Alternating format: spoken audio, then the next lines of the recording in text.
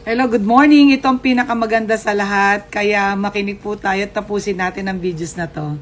Ikaw ba ay baguhan na sa ating content creator ngayon?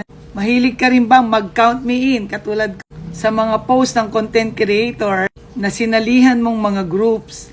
Nako, pareho po tayo. Pero ngayon hindi na. Ngayon kasi napansin ko po, pag pinalo ko sila mismo doon sa groups, kung saan sila nag-post, naging follow to follow na lang, hindi na siya naging engaging.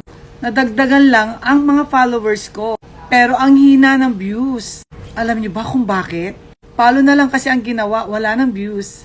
Kaya kung ako sa'yo, dahil baguhan ka, open mo ang reels mo at makikita mo ng mga content creator. Sa reels mo mismo sila i-follow. Panoorin mo ang reels nila, mag-comment ka at mag-react. Nako, sigurado po, yun ang gagawin nila sa'yo. Dahil kung sino yung nandoon sa reels,